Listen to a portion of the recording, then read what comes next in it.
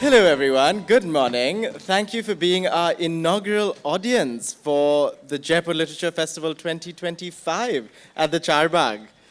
What a great morning to start off with, Andrew. A phenomenal time here in Jaipur on a day that I expected many of us would need sweaters, but we don't.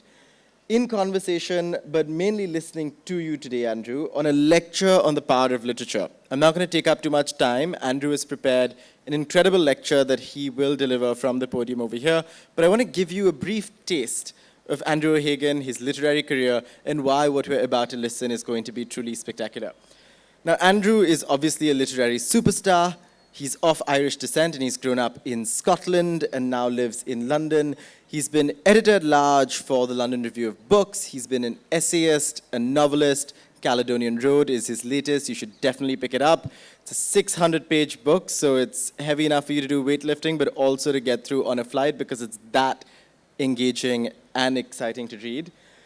Andrew's also won every award you can think of. So he's gotten the Christopher Isherwood Prize, the James Tate Black Prize. Many of those who got the James Tate have gone on to win the Nobel. So we're keeping our hopes up for you, Andrew. The E.M. Forster Award, and very soon we're going to need an award named after him. So without further ado, can we have a loud round of applause for Andrew O'Hagan on the power of literature? Hello, ladies and gentlemen. It's a great pleasure to be here. Thank you for that brilliant introduction. I'll be taking you everywhere with me now.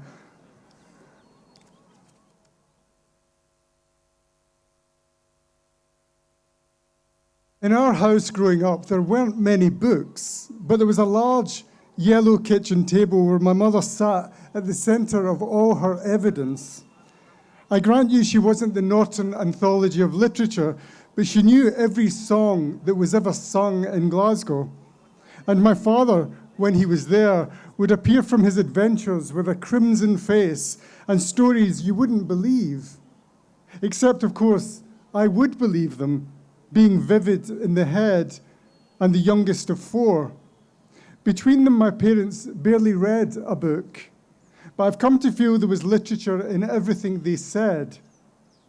I had a book once, my father told me in a moment of pride. It was green. Do you remember that book, Nancy? It was up on top of the fridge. Green it was. Stood there for ages. Greeny coloured. Away you go, you daft pig, my mother said. That was the telephone book, the Kilmarnock telephone book. That doesn't count. She turned to me. He only uses it to get the numbers of people he can go and buy dogs off. My father loved to bring in an errant dog, always unwelcome. Bringing them into this house, my mother would say, as if I haven't got enough to clean. The book was definitely green, my father said. Green as a pound note. And don't listen to her. It wasn't a phone book or anything like it. It had a story, and everybody died. I remember that for sure. I just looked at him and went to the library to drown my sorrows, drown them and raise them again. I have to tell you, it wasn't really the library that made me a writer. That dubious accolade must surely go to the film Dr. Zhivago. My brothers and I were always hanging around our house at night looking for things to burn. But this night I found myself watching Dr. Zhivago. There's a scene in that movie where Omar Sharif comes gliding down the stairs in a flowing dressing gown. Omar Sharif, following his rather impressive moustache down the stairs. Well, he arrives in this room, a giant study, French windows, flowery armchairs, the lot. He sits down at this rather elegant écritoire and looks out of the windows where he sees in quick succession a host of daffodils, a bank of snow, a full moon, and a herd of deer. God bless Hollywood. Anyhow, I'm watching this with very wide eyes. Next thing, he lifts up a feather pen, and without any ink blotches or crossing out or mistakes, and it takes about 3.4 nanoseconds, he writes the sonnet to Lara, after which he goes upstairs and goes to bed with Julie Christie. I remember watching that very closely and thinking, I could do that. That was my introduction to the true realities of the writing game. I grew up on the west coast of Scotland. We lived in a housing estate outside Glasgow that looks into the waters of the Firth of Clyde. It was a colourful childhood informed by the regular heartaches. But to look at our houses, you'd have thought we were the very height of optimistic fashion. Those housing schemes, as we called them, or projects, as the Americans preferred, were the outcome of a certain kind of 1960s idealism in Britain. Those tower blocks were meant to bring us out of the dark slums and out of post-war austerity into the clear blue nirvana of fresh air and artificial godliness. Homes in the sky. That was our working class inheritance, to be delivered brand new into the hands of the future. And there was always something space age about our 1970s outlook. But living close to the water gave us broader horizons. We looked out there and felt the dreadful load of those hopes at our backs, the very weight of British idealism, which seemed overwrought and already failing. It would take several more years for us to find out that the housing experiment was a bit of a disaster, that our childhood filled with diggers and excavations and cement could not answer the problems of character and economy and history. That is something we could do only for ourselves, we'd find out, and no number of new airing cupboards or inside bathrooms could stand in for the revolution that was due to happen in our own consciousness.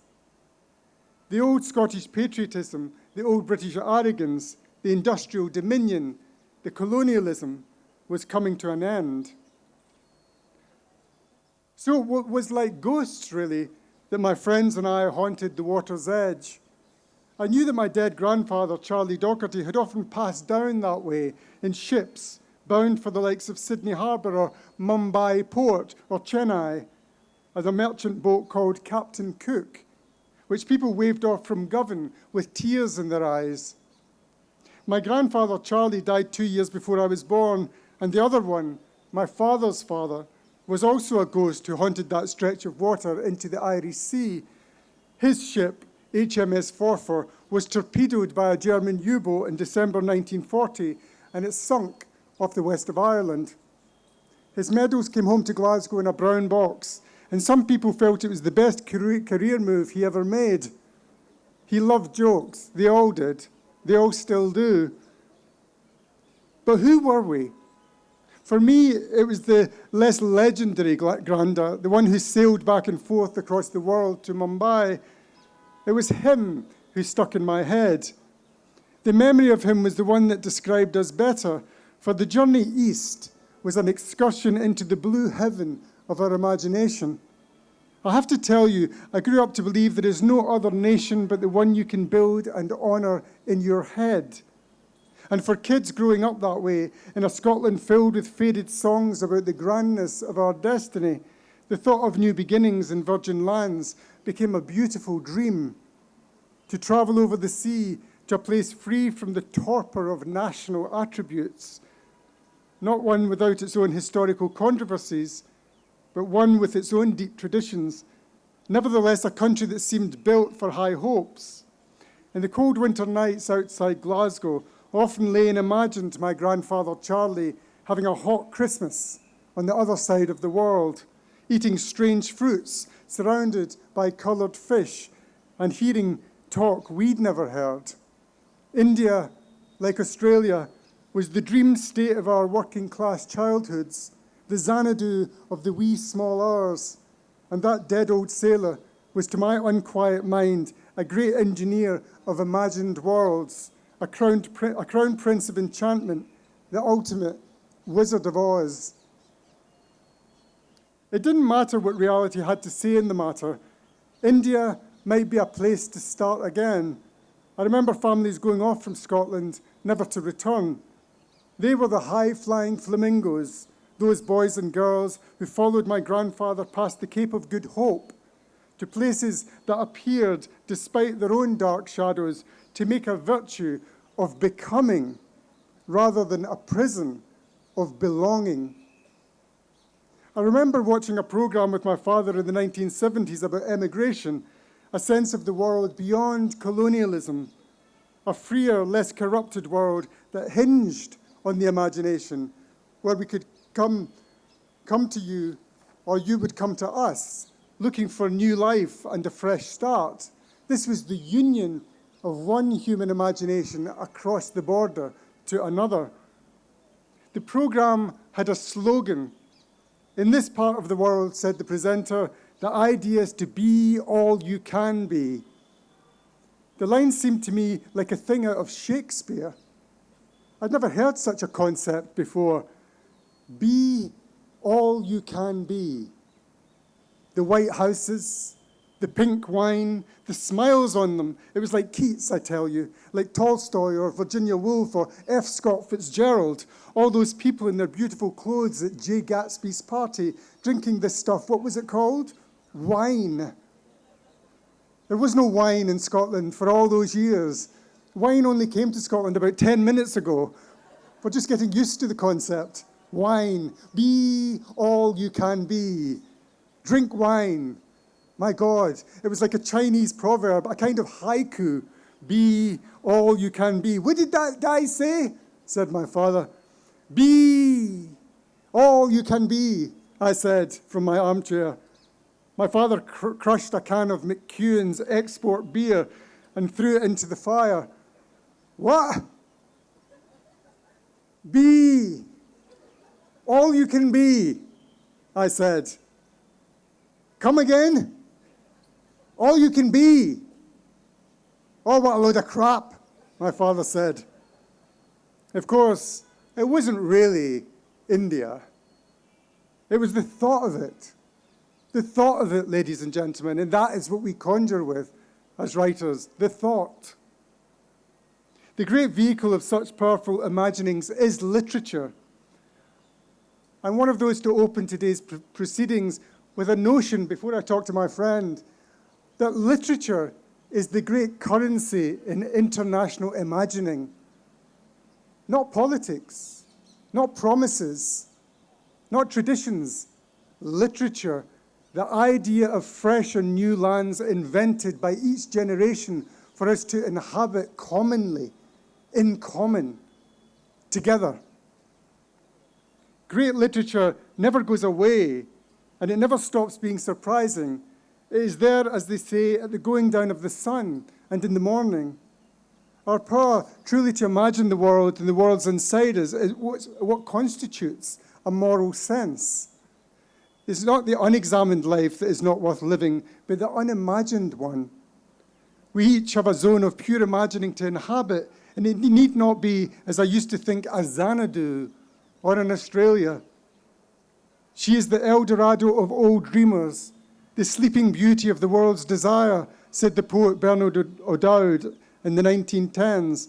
These places will always have something of that, and so very much has Jaipur, giving colour to life for those of us from grey areas. We would hope that that colour, was for everyone, though everyone is a concept that humans have had a lot of trouble acknowledging and living up to. Everyone. Let's try it. Everyone. It is not policy or tradition, but the everyday work of the imagination that can make us both see the rarity and responsibility of being alive. And literature is the accompaniment to that sense. Not something you do in your spare time, but the beat of time itself. And we will feel that pulse in every major area of life we can truly imagine. I put it to you, ladies and gentlemen, if we are truly alive, we have a duty to connect with the planet we inherited and that others will inherit from us in their turn. If we are truly alive, we have a role to play, every one of us, in the realization of peace and tolerance in our time. If we are truly alive, and if we know what the imagination can do, it will not be in us to sit dormant whilst the planet is ruined by unfettered commerce, or while thousands are killed by the preemptive and ruinous urges of fundamentalisms, whatever banner they travel under. It will not suit us. It will not sit with our true workings of the human imagination. If we are civilized, we imagine our way past political coercion or selfish pride or commercial ruination of our planet. We speak truth to power. We question our media. We spring to the defense of liberty. We take care of the world's resources. We interrogate corporations, and we upbraid ourselves and our hungers and our needs. We listen to the past. We question our feelings when we have them of superiority. We teach our children the truth of our cultures and what it has done and what it has failed to do. We keep a close watch on this heart of ours, yours, mine, together. And we never forget that we are moral beings and not machines. That is what we do if we are truly alive. This is what we do if we live close to our imaginations. And how do we do that? How do we keep company with the imagination? How do we do that to be so alive together? Well, it's easy. We read books.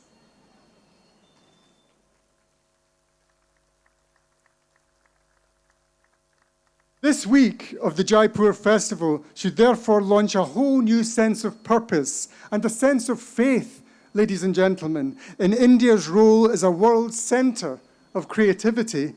It is the better part of the past, the globally open-minded part, that will be in the ascendant this week.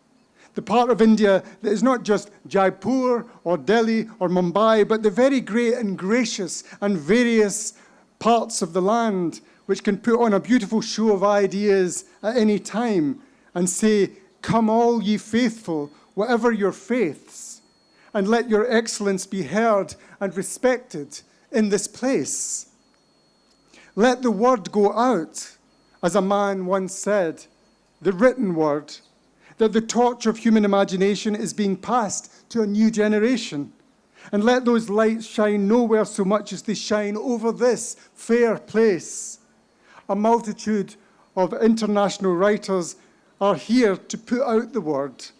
And in this great fortune of utterance, we can be sure of their saying one thing together. We say, let us all unshackle the mind and prepare the world for peace. Let the word go out. When the guns of the First World War fell silent, when the arrogance of the generals had run its course, when the chatter of politicians had disappeared like smoke into the air about that blasted ground, when those fields of mud at the Somme or at Gallipoli had gone green again, it was the literature that was left behind that held the memory of those men and women. It was Wilfred Owen's anthem for doomed youth, which gave lasting dignity to the fallen. What passing bells for those who die as cattle?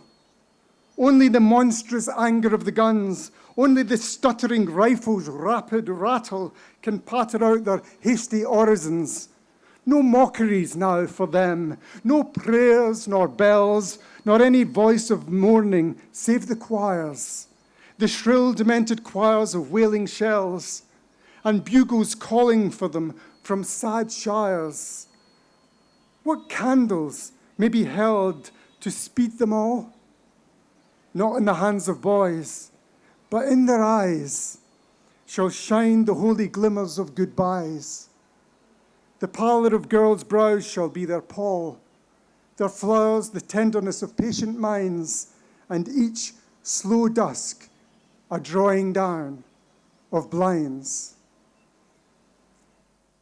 Written in Craiglockhart Hospital while suffering from shell shock, Wilfred Owen later returned to the front to meet his death. But he left this for us, for all to read, as I read it to you now, for all time. And anybody who has doubts about the communication that might exist between one human heart and another need only open that book and read that poem and be reminded of the drawing down of blinds and the truth in the dead boy's eyes. The German critic Theodor Adorno once wrote, no poetry, he said, after Auschwitz. He was wrong, I believe. For now, only poetry and prose which bears witness to Auschwitz and bears witness to so much of what we enact and deny and refuse. Only poetry, only literature in the face of the depth of human depravity. It is literature that keeps it alive in our minds and in our stock of human dread.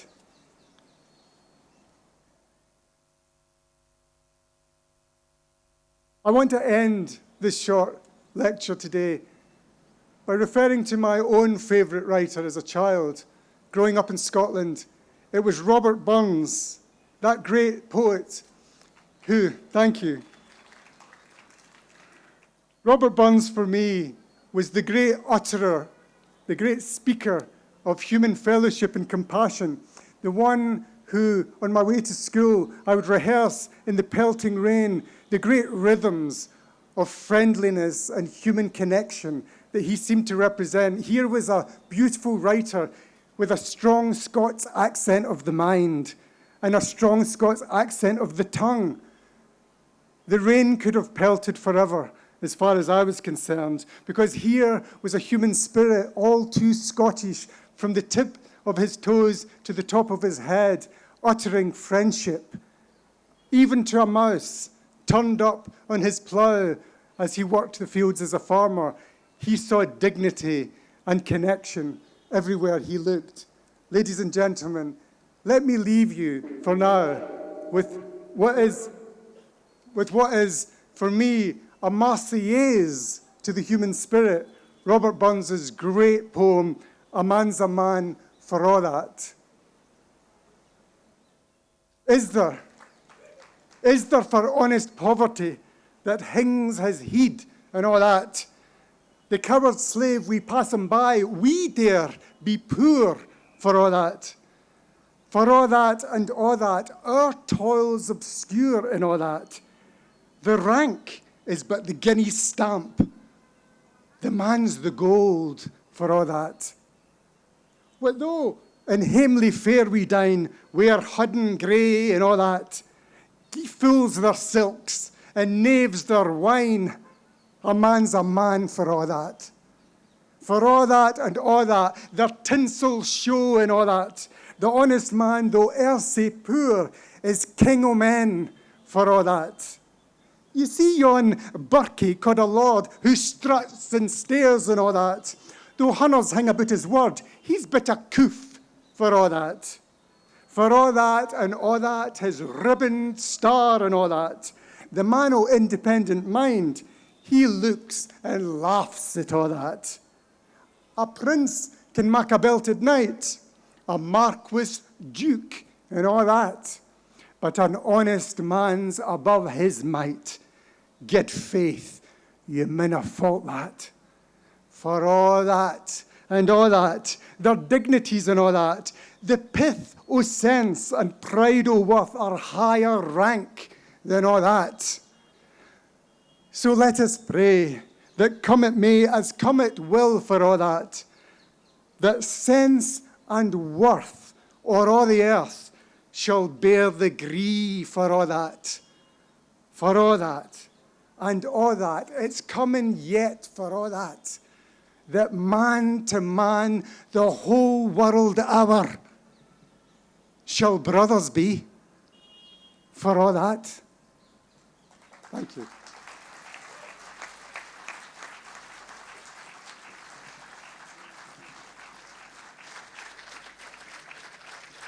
That, everyone, is the power of literature. Can we have another huge round of applause?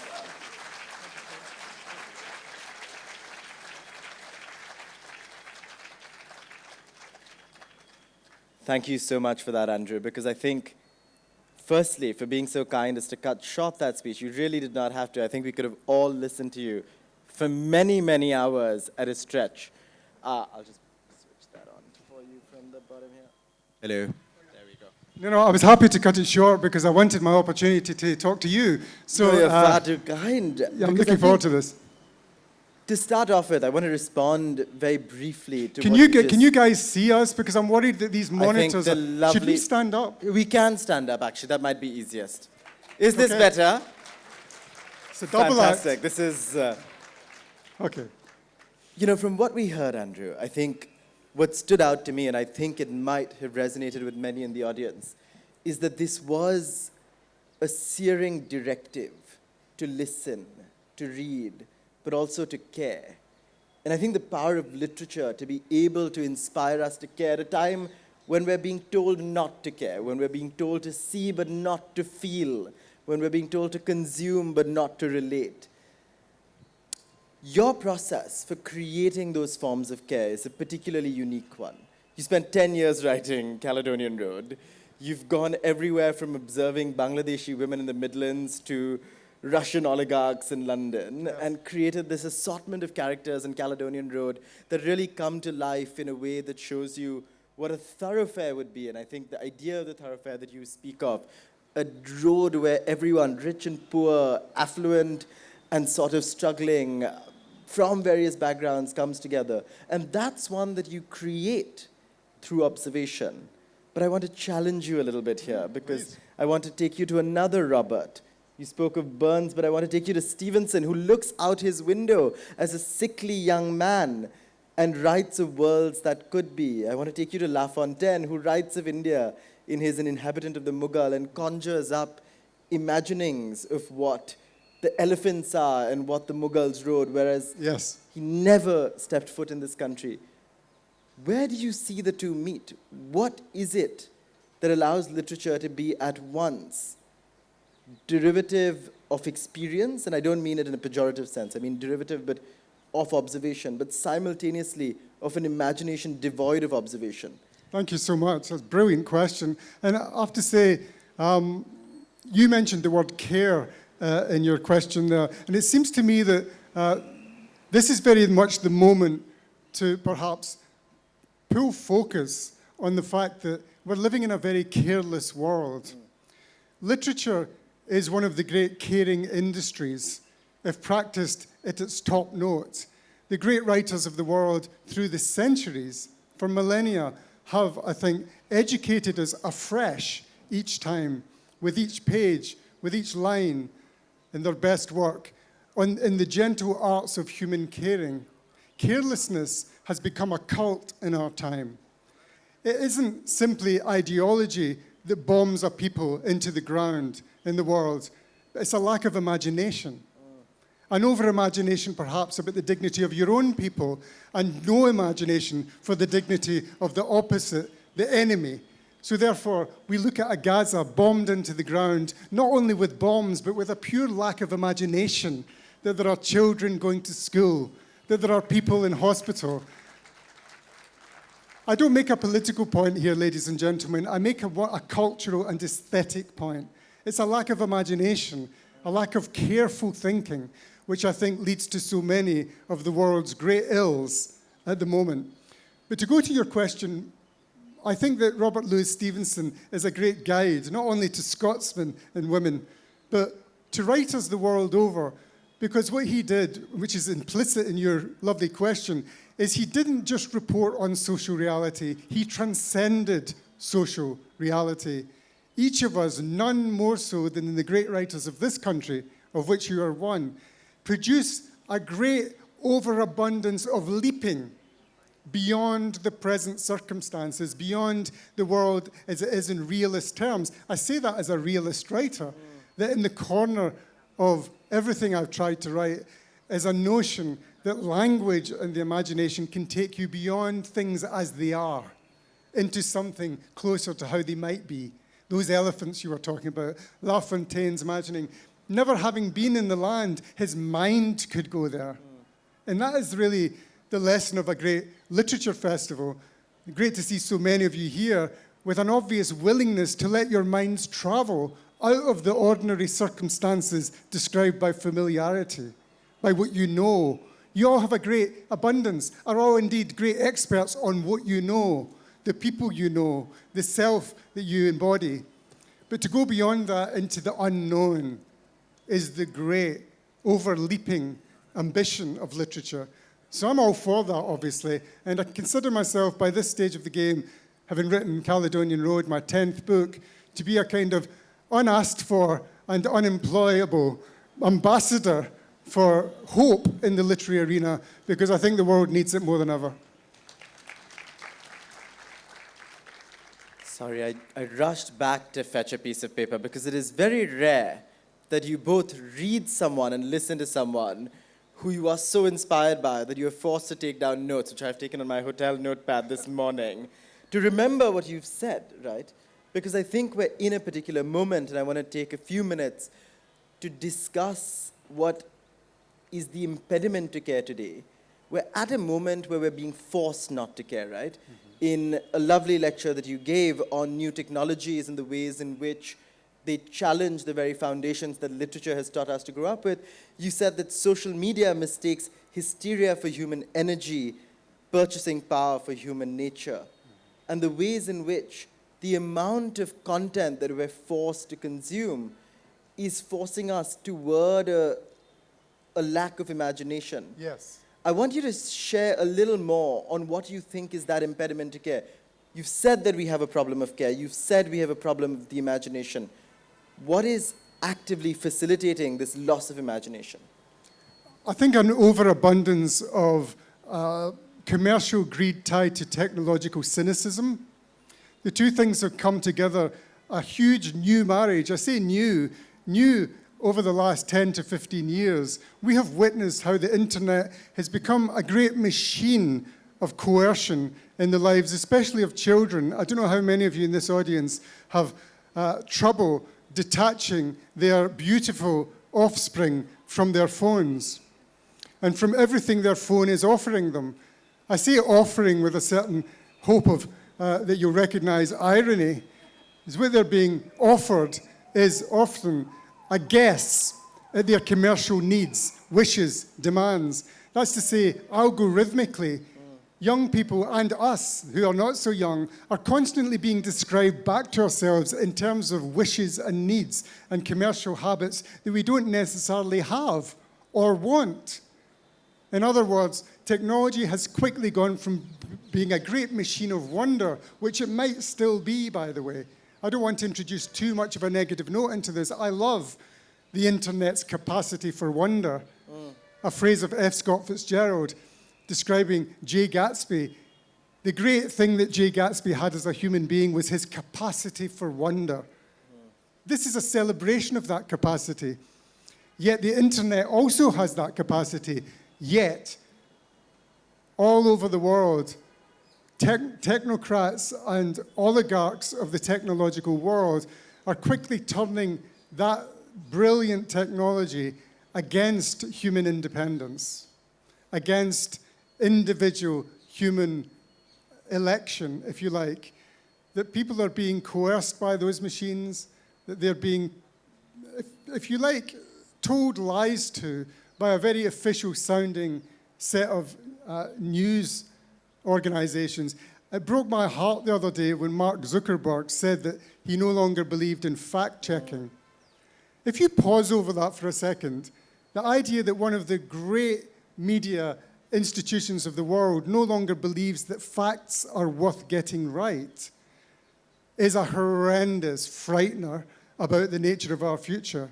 We already have world leaders, I hardly need to give you their names, who thrive on the idea that the truth does not matter, that the truth, if you like, is only ideological, that the truth can be manufactured by politicians at the drop of a hat, that it can be denied at any moment.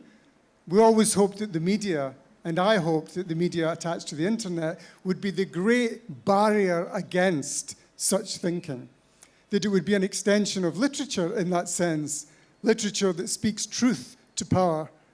And I hope for an honest and decent and well-funded media in all our cultures that can speak the truth and do fact-checking back against politicians, business interests, and ideologues who would manipulate not only ourselves and our children, but over-direct us towards commercial choices that have nothing really to do with our souls. You know, and the reason I asked you this, Andrew, is because while Andrew is a fabulous novelist, he also is a journalist. And some of his reportage, particularly of the Milwaukee Republican National Convention, has Oh yes, I'm still to... suffering from having gone to that particular event. But I have scars on parts of my body I can't show you. But it's fascinating because I think what it highlights, and I don't want to make this very serious this early in the morning on the first day of a literature festival, but it really shows why not? you... Let's do it. But it shows you what's at stake here. Yes. And that the power of literature is not only about interpersonal care and something that goes to your immediate neighborhood, but a much larger task. The power of literature and the job of literature today is to speak out against what we see. You've described this as almost a eugenicist proposal, the idea of this internet that is all-consuming, that is I'm afraid consumerist. so. And this is what literature's role today is. Literature will be, in the end, the thing that saved us from being turned into machines. We're already up against the machines. The machines, you've got to remember, are self-learning devices, self-improving devices. They're improving to the point where soon they'll only recognize human frailty as an opposition, that they will improve on humans. They already are. Look at every workplace, look at every factory, look at every office. Robots are already being taught how to improve on human frailty. Let's pause over that thought for 1 second. The thing we know, and that literature always reminds us, is that human difference in ability, difference in shade, in gender, in ambition, in heart, in capability, is the very cornerstone of love. Machines do not recognize that concept. Not only do they not recognize the concept of love, they don't recognize the concept of the inefficiencies that come with caring for people who aren't as strong as you. The first thing that the internet-informed robots will be doing is to get rid of, under the banner of inefficiency, to get rid of the disabled, get rid of those who are less effective, look at people's physical strength first. That is the true meaning of the word you just used. Eugenicist, I would go further and say that artificial intelligence in the wrong hands is inherently fascistic. It will lead to a future that we've spent the last 100 years powerfully and with great moral application turning away. If we look back to the First World War and before that, we made it our business to turn away the machine-minded leveling of human interest into the survival of the fittest. A new Darwinism awaits, ladies and gentlemen, in artificial intelligence if we do not control it with human compassion. Literature is about compassion. This is the medicine, the antidote, and, if you like, the describer of the ailment, literature. It is books, in the end, that will answer artificial intelligence. That's to say, real intelligence is what will confront the artificial and bring it home to love and to human cooperation, I think. And you know, one round of applause for that. You've said, and I think this is particularly important, that AI can think, but it cannot feel. Mm-hmm. But I want to offer a provocation to you if this is the role of literature today. And I want to draw upon the kind of work that you do to ask, what does a literature that responds to this challenge look like? And I want to draw out a bit of a comparison. I think for several decades now, we've seen the growth of a literature that prioritizes the micro, the narratives of a single community, yes, the tale of a single neighborhood, the story of one family. But Caledonian Road is a break from that kind of novel. Caledonian Road is a State of the Nation novel. It's a Victorian novel almost. It goes back to that era to say that in one fell swoop, you are seeing every section of society in a single novel. Sections of society that you see but do not know the lives of. Sections of society that you are told not to care about. Yes. What does it mean to write a new literature, and what will that new literature look like? Thank you for that and for recognizing that. That novel took 10 years of work. And most of that 10 years, I mean, you understand this as a writer yourself, you're not ready to write until you're ready. And those 10 years were of preparation, getting ready to write a big Victorian novel set in London today, set in the 2020s, which looks very similar to the Victorian novel set 100 years ago. Funnily, not enough has changed. Not enough has changed. Despite all the great technological innovations, human beings are still facing the same problems. There are still children who aren't getting enough to eat. Staying in the same places where poor children lived in 200 years ago. The same streets in London which were diagnosed as being slums in the 1880s are still being described as slums today. So progress we can overemphasize in a self-congratulatory way, how far we have come. And certainly, in some respects, we have developed, we have grown, but in other respects, we've almost regressed. And it seemed to me a great opportunity in the 2020s to step away, as my friend James Wood, the critic, put it, step away from the novel of the bedroom into the novel of the arena, to try and expand our vision with each of our books, if possible, with a sense of a whole society and its corruptions and its interconnections. The research became bizarre over those 10 years.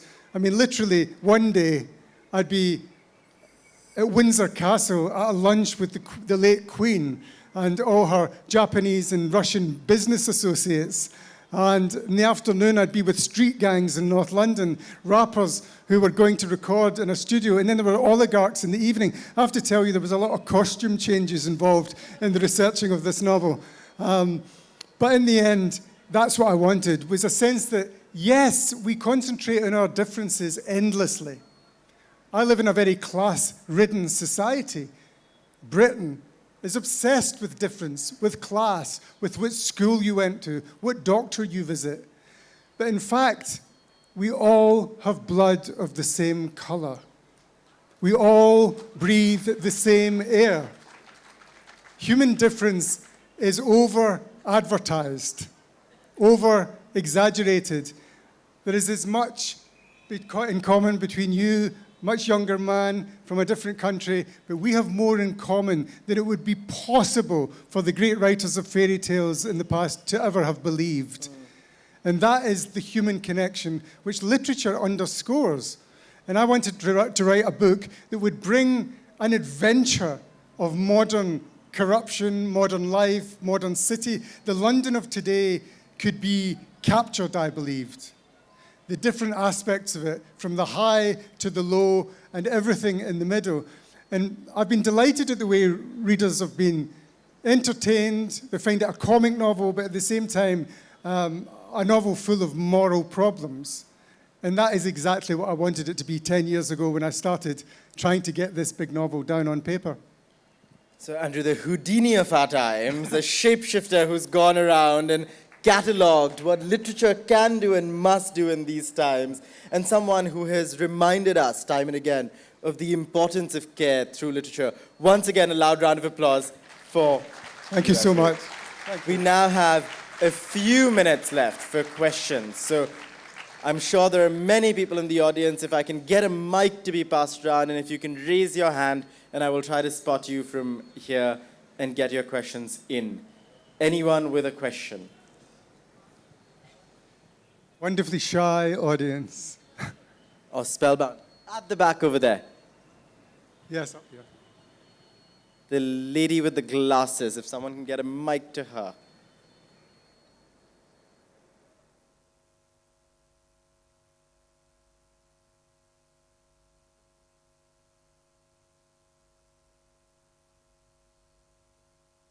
Hi. Hi. Very good morning. Thank you for that wonderful lecture. Thank you. So, very quickly, I just wanted to understand, how do you think literature can help us, or our imagination, as you emphasized on, in self-fashioning ourselves, as Greenblatt calls it, because he's also very interested in the Renaissance and how it shaped people then. How can our imagination, or our ability to have an imagination, help us self-fashion ourselves and our identity? Thank you for that question. I have to say, both of us could answer this, I'm sure. And I feel that the great cornerstone of literary endeavor and of reading endeavor is the notion that you can begin to understand as a human consciousness the relationship between the individual and society. That's something we can do. We're not simply digits to be pushed around by powerful authorities, whether they be governmental or commercial, domestic or foreign. We are not just part of a mass. It was one of the great achievements, I think, in post-colonial thinking, was the breakdown, I would hope forever, in the notion that we're all just subjects, subject to the powerful maneuvers of others. Literature lights a candle under you. It gives you an absolute confirmation, if it's good literature especially, a confirmation of your individual consciousness and its holiness, its validity, its eternal nature at the center of power. And for me, the more you read, the more yourself you become. When I meet someone who doesn't read books, I feel sorry for them, because I keep looking into their beautiful eyes and thinking of everything they might be if only they would read a book or two. I say it to my 21-year-old daughter again and again, "You're bored? Don't be ridiculous. There's world literature to get through, to say nothing of world cinema, to say nothing of world music. Art is the candle for free. That is, when it's under you, it lights you. And it does give you the capacity, enhances your capacity to be more yourself in a world that would deaden all selfhood if it was left to cynical authority.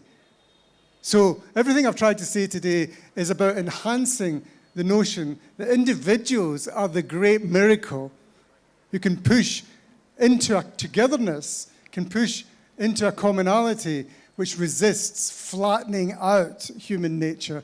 I hate flattening out. What do you think? I agree completely, and I'm going to take more questions because I get to chat with you a lot more. But here in the front.